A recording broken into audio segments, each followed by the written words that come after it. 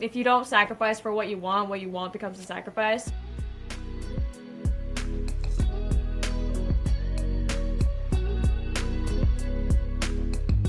Hey everyone, welcome to the OpenEd podcast. I'm Charlie Deist, and I'm joined today by a group.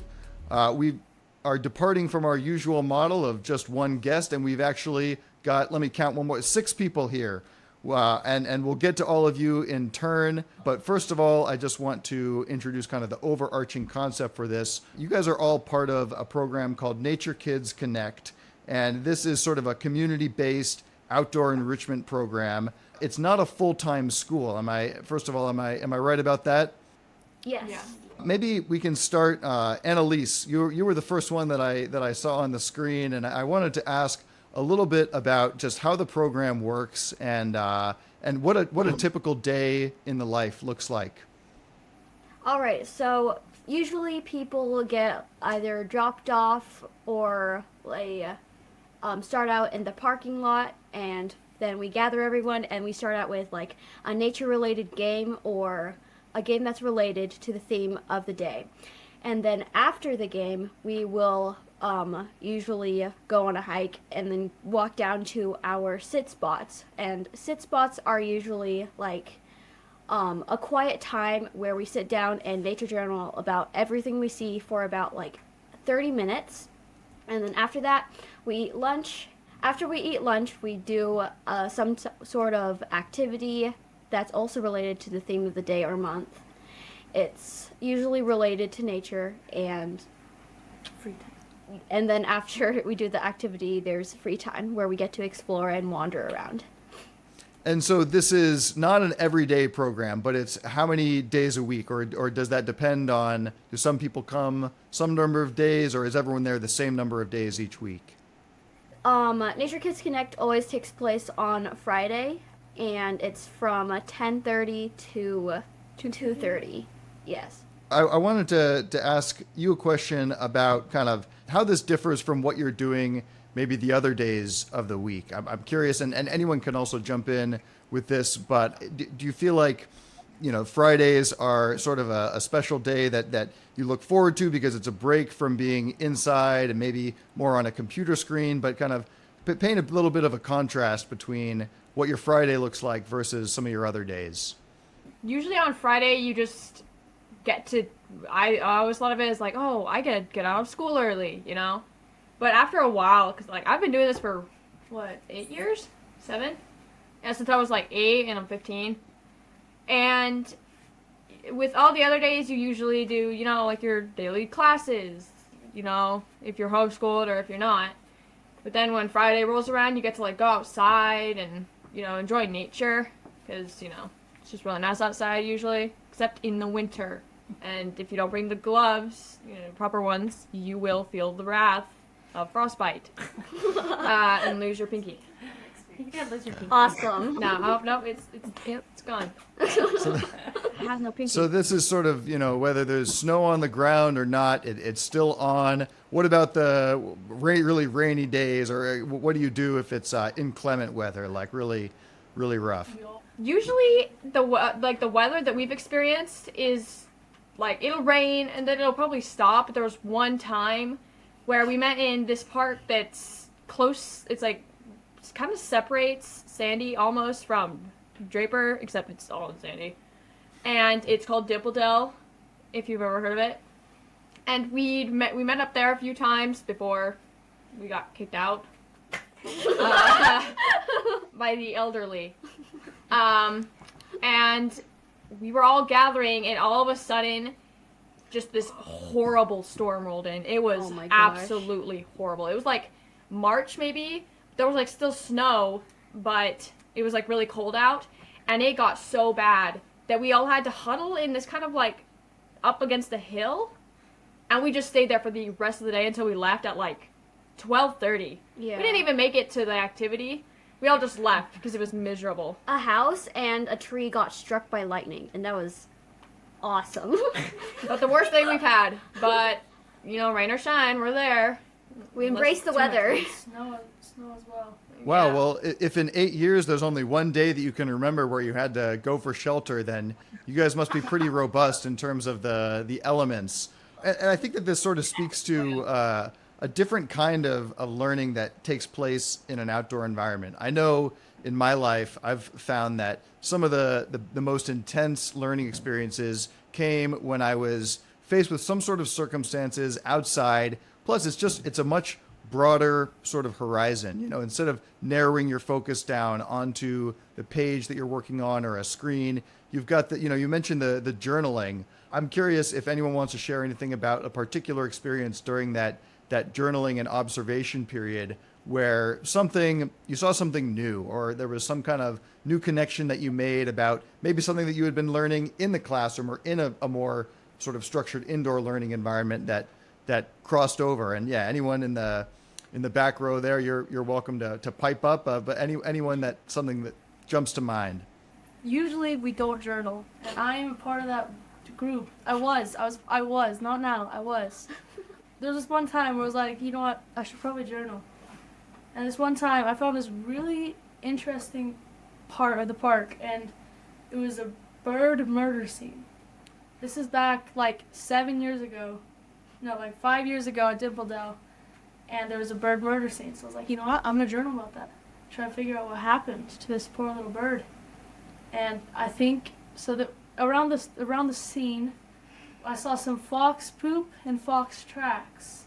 So I thought, oh yes, it's going to be a fox. It's going to be a fox. And then I showed my mom. She's like, that's dog poop and those are dog prints. And I just always remember that because I was like dead off. But yeah, it was really good. It was fun. Some forensic analysis. You're track. I feel like that you're a regular Sherlock Holmes in the making there. So like Harry. I once had a doctor tell me I thought that I had some sort of exotic flesh-eating bacteria on my foot, but it turned out it was just an infected mosquito bite. And he said, when you hear hoof steps, don't look up and expect to see zebras. It's probably just horses, something like that. But I like where you were going with the thought there. Anyone else want to share any specific, something that you observed? It could even be a mundane thing that just caused some sort of a connection in your mind. I have one. When we were because like when you're doing it in Dimpledale and like in the mountains or if you go hiking, the chances that you're gonna see like a wild animal like a rabbit or a fox or a coyote is like higher, especially in Dimpledale. And one time about 4 years ago, I was sitting down kind of where this bridge is. There's a bridge that goes over where the river runs in the summer, doesn't in the winter. And I was sitting there, and all of a sudden there was like a little rustle in the bushes, and out comes this like gray coyote. And it was missing half of its ear. And I was like, oh wow. So I kind of paused, and it like was eating something. I never found out. I like went to investigate after it left, and there was nothing. But I was like, wow, that's really cool. Like I've never seen just this coyote that could probably take me down, a little 11-year-old. So I just nature journaled about that. I still have the little entry in one of my nature journals that I don't use anymore. Speaking of wild animals, we do a backpacking trip, or we have for the past 2 years, and we go to the same place. And this year we had lots of encounters with wild animals, especially me and my group. So when we first entered, there's this 2 hikers that came back and were like, have you seen any wild animals here? And they said, you'll be lucky if you see a badger, because we saw one, and it's really lucky. So we went up, and we saw a badger. We'd never seen one before. We just saw a badger in the field, moving around. And we're like, wow. So at this place last year, we saw a moose, deer, and tons of wild animals. So now we saw a badger. The next day, me and my friends ran into something a lot bigger. So when you go to the bathroom there, of course, you have to go and find a place. And Taben, one of our friends that go there, ran back to camp and said he saw a bear when he was going to the bathroom on the trail, on the poop trail. So, yes, poop trail. And then me and my friends were like, you know what's a good idea? We should go see if we can see that bear again. Oh my god. So me and my friends, I won't say names, ran up and went to the place where we saw it. And we're like, there's nothing here. We just went a little closer. And then one of my friends was like, there's something in that tree. Oh gosh. We looked over, and we saw a baby cub slide down a tree with their little ears and everything. And we looked and we're like, oh, there's a mama cub. Wait, no, no cub. There's a mama bear. There's a mama bear. And it started moving towards us. We were on a hill, and we're like, oh crap. And we ran so fast down that hill. It was crazy, yeah. Oh my god. So we saw bears there. A mama bear and cubs. Wow. Yeah. I mean, talk about file that under things that won't happen in your science classroom. That's right up close.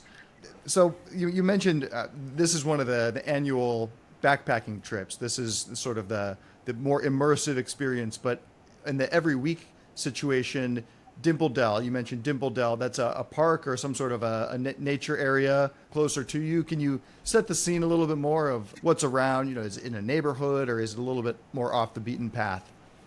Oh yeah, so Dimple Dell, it's a really, really big park.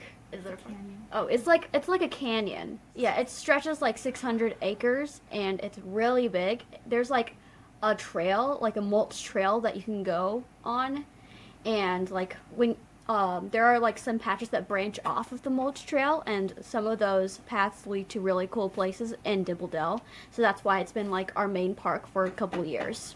And oh yeah, there's a lot of wildlife. We've had a lot of fox sightings, weasel sightings, deer sightings, lots of birds, turkey sightings, different insects, including ground. A nest of wasps, which was very traumatizing. Yeah, someone got stung. And then frogs. That's awesome. You know, I've got some turkey stories. I'm living out in the country right now, kind of in a rural area, and we just picked up some turkeys from someone, not wild turkeys, but a breed of turkeys that we're trying to raise in time for Thanksgiving or fatten them up. And they're characters, I'll tell you. But another story about turkeys, I come from a town called Berkeley where there are wild turkeys that run all around. And these turkeys act like they own the place. In a totally urban environment, they'll stare down a bus, a huge bus, and just be like, yeah, I'm right here. But somebody told me recently that if you just go up to them with a little stick and hold it in front of their face, they'll totally freak out and they'll run away. So you can try that. Just pick up a little twig and hold it in front of the turkey and see what they do, because they just don't know what it is. Turkey. Yeah. No, but I can imagine that, you know, these experiences that you're getting, you know, it's totally irreplaceable in terms of if you were in a traditional school 5 days a week, it'd be very hard to sort of recreate this. What kinds of things, like, is this one of the primary places that you interact with people, you know, other young people, or like the other days of the week, are you engaged in other kinds of things, you know, in a community, in a group setting, at least during those, what would traditionally be, I guess, the school hours? And anyone can jump in on this one as well. I think Nature Kids would be like our main source of like social interaction. I mean, some of us have extracurriculars, but Nature Kids, we have the majority of our friends are there. And we also do different co-ops. I mean, some of us do it together, and like it's just like more classes, more fun.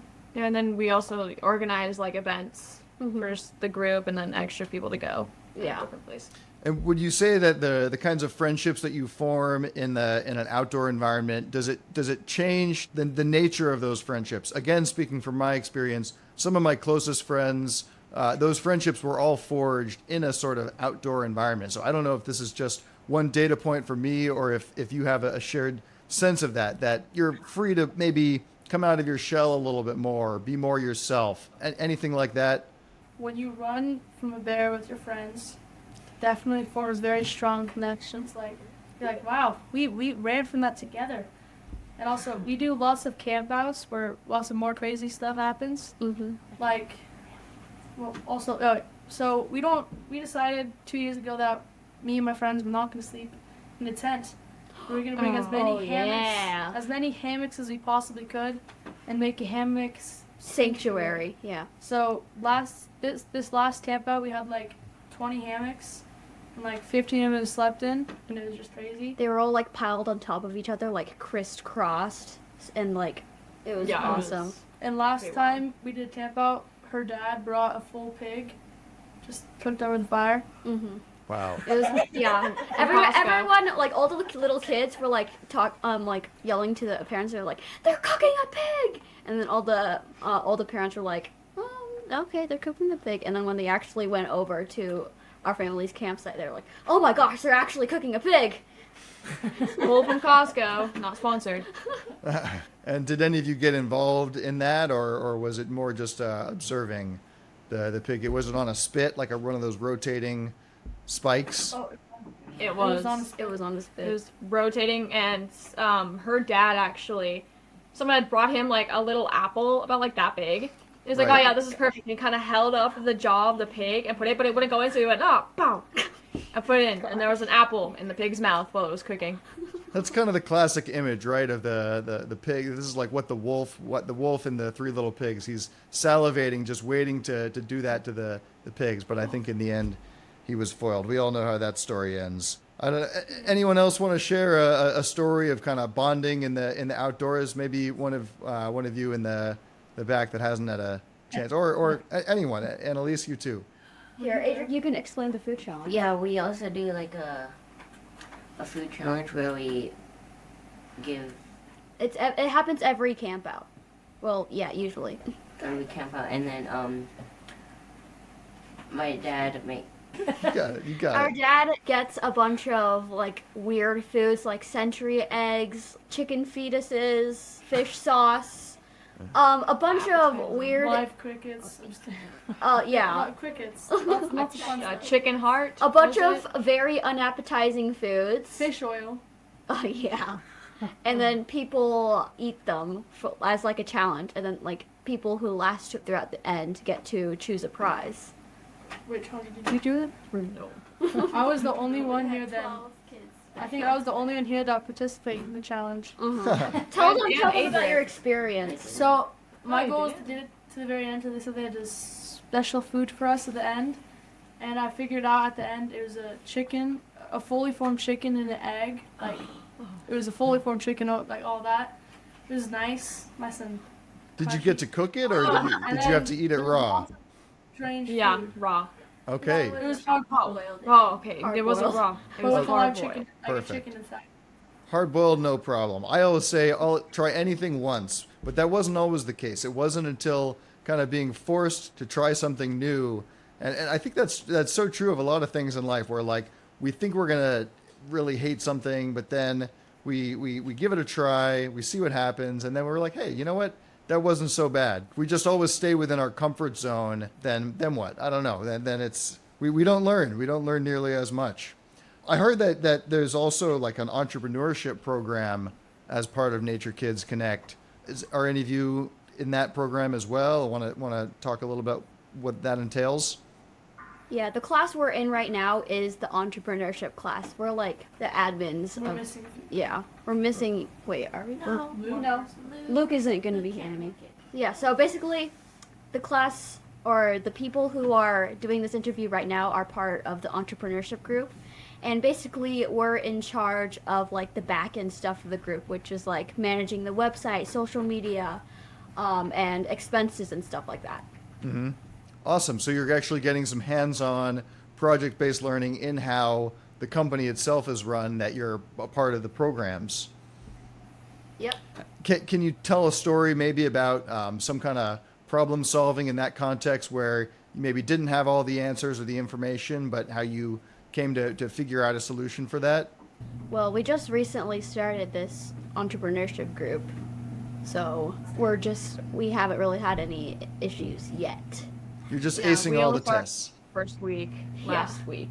And then we have a hike this Friday. Where we get up at 2 a.m. to hike Timpanogos. We have to be be there there at at 2 a.m. Oh and my we're going to goodness. hike Timpanogos and see the sunrise. It's an 18-mile hike round trip. Wow. And what was this? I heard something before we got started about a Grand Canyon trip. Oh, yeah. Yeah, we have a Grand Canyon trip in March, was it? Yeah, it's optional, so May. not Oh, every... May. Yeah. May. And how long 24 is miles. it? 24 miles. Is that the Okay, rim so- to rim? Going down Yeah. down into the, oh, That's awesome. I've never done it before. I've never gone down into the canyon, but I was invited to do this. So you guys already did that, or that's coming up next May? So me and my mom, we basically started a group. My mom started a group like 9 years ago. Me and my mom did it with my brother. I think last year, June. This year, same thing. It feels like last year. Last school year. And it was mentally difficult, very, very difficult. Like 24 miles in that weather was not great. It's optional for the Yeah. whole entire group, so that not everyone has to go, but it'll be still really fun for the people who do go. Yeah, not many people could say like, "Oh, I hiked the Grand Canyon when I was a kid." I'm still For here. sure. Even as an adult, I'm very intimidated by it. And Harry, you mentioned that, first of all, you mentioned the weather, and I assume that's referring to the heat of the time of year when you did it that time, or and you also said that it was difficult mentally, but what about physically? What's your biggest tip for someone who hasn't done it yet? Just know that's gonna be really long, and when you're going up, you don't want to die because of all the steps. At the end, right? That last ascent to the top. That's the hardest part. Because when you get to the bottom, you realize the only way out is up, no matter what. Right. Like, Yeah. 'cause And that's after 22 miles or something of hiking, right? It's like how much ride? How many miles up is it? 7. It's 7 miles up. So like 7 miles up. Oh yeah. Wow. And what about water? Do you bring your own water with you, or do you have to stop for water at the river? So we have a very big Camelback like in our bag, and then 2 water bottles on every person. Okay. We have water. But they No- also do have water for us to fill up. So maybe there's a mule coming along for the ride, or are you the mule? Like at the bottom, they have places to fill up water. I see. Okay. Well, that's good to know. I was picturing having to carry a full day's worth of water on my person. So let's kind of start. We're going to start to wrap this up. How do you see this program shaping both your current education, but also maybe your future interests, or what you want to do, in your next chapter of life? So I just joined. So this is my first year doing Nature Kids. But I think the appeal is just doing a class outside of a building, and just being able to connect with other people that enjoy nature as much as me. Yeah, I'm still really new. So Do you find that you kind of go back to your other studies with a new perspective, or with your batteries recharged in some way? Anyone can answer that too. It's really refreshing to come back from like any outdoor activity. It's really refreshing, and it's like you said, like your battery is recharged. Yeah, usually after Nature Kids, you'll like want to take a shower, and then after you take the shower, you're like, Yeah, like I that appreciate after this school more. thing. If you don't get dirty, you didn't do it right. Yeah. Yep. Just don't touch the dog poop in the park. Oh no! You gotta touch the dog poop and throw it at people. That's awesome. That's the horse. That brings up Oh, a really yeah. funny thing. I remember, so we do a day camp in the summer. So like people that do public school can do it basically. And when my mom ran it last year, 2 years ago, she decided she wanted to prank the kids with a really funny, very funny prank. There's a granola bar, the Lara bar, and it looks like poop. It looks like fox poop basically. So she decided she'd plant it, she'd crumple it up and put it in the park, and we'd go there and be like, I'm not sure what type of poop this is, and then just go in and eat it to see the reactions. And the kids' reactions, the people that up close were like, they were so shocked at what we did. Their faces were in like awe, shock, and disgust. So my mom's like, you guys, she probably like a few of us that already know what's happening. She was like, come and try some of this. Look at it. We just went over and ate some. And And then the kids were even more shocked. They were like, ew, disgusting. Yep. No, we're a different breed.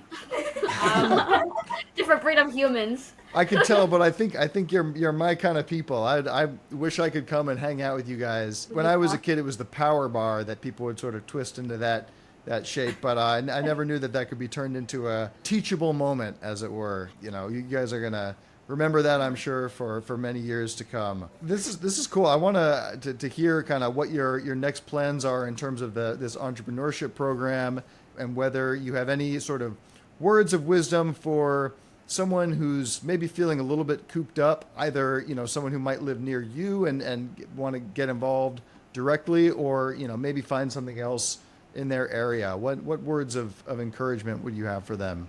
Don't knock it till you try it, you know? Gotta get your hands dirty once in your life. Yes. Yeah. That's what I was Yeah. told about eating fox poo. They said, don't knock it till you've tried it. Yes, sir. Amazing. It's been wonderful speaking with you guys, and again, like I say, it would be a lot of fun to kind of come out and see what it looks like in real life, the IRL, as the kids say, right? Or am I dating myself a little bit by using that terminology?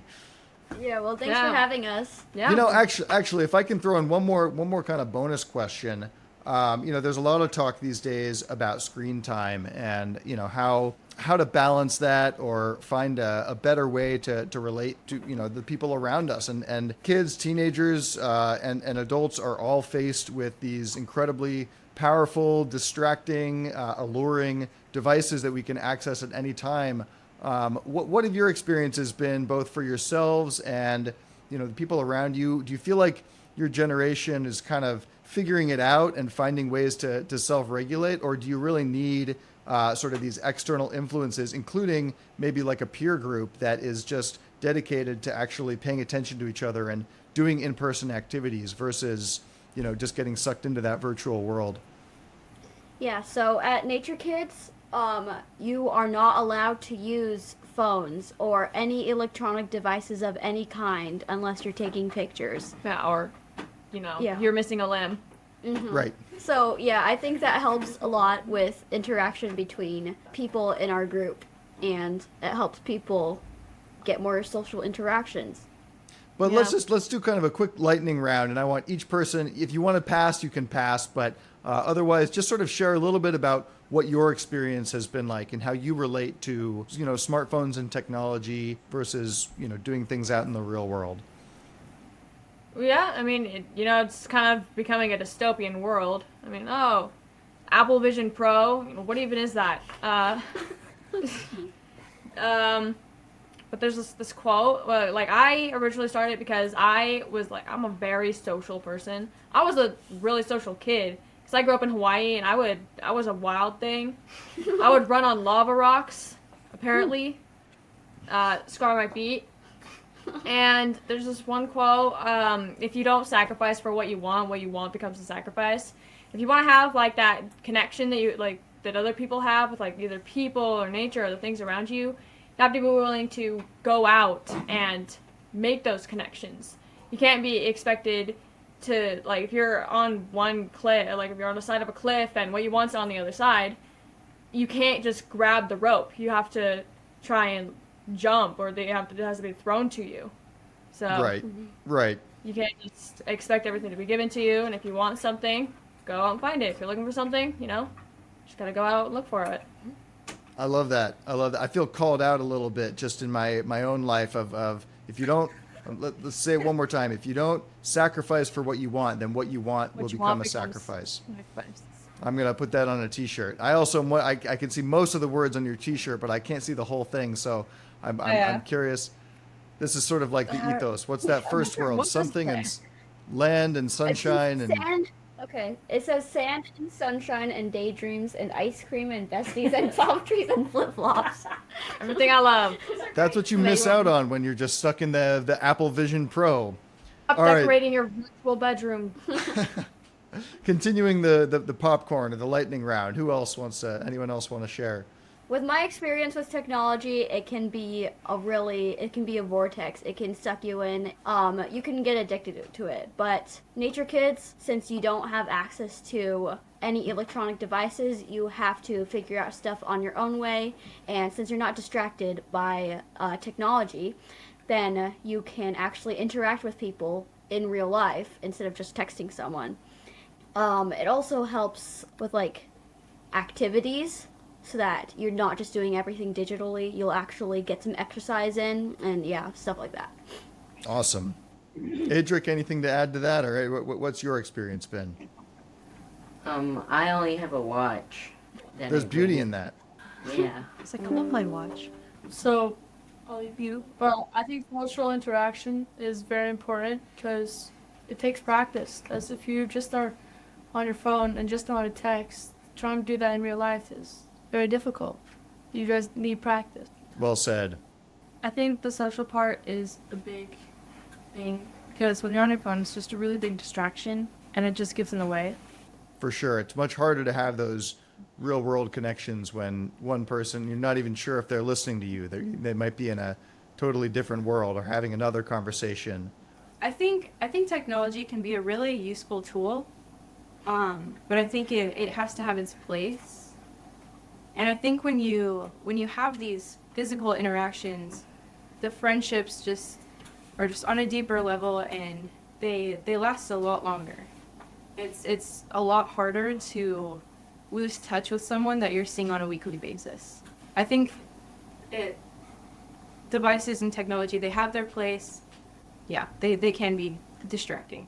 That's a great note to end on. And thank you all again for taking the time and kind of bringing me into your world a little bit. I feel like I have a much better sense of both what's going on with Nature Kids Connect.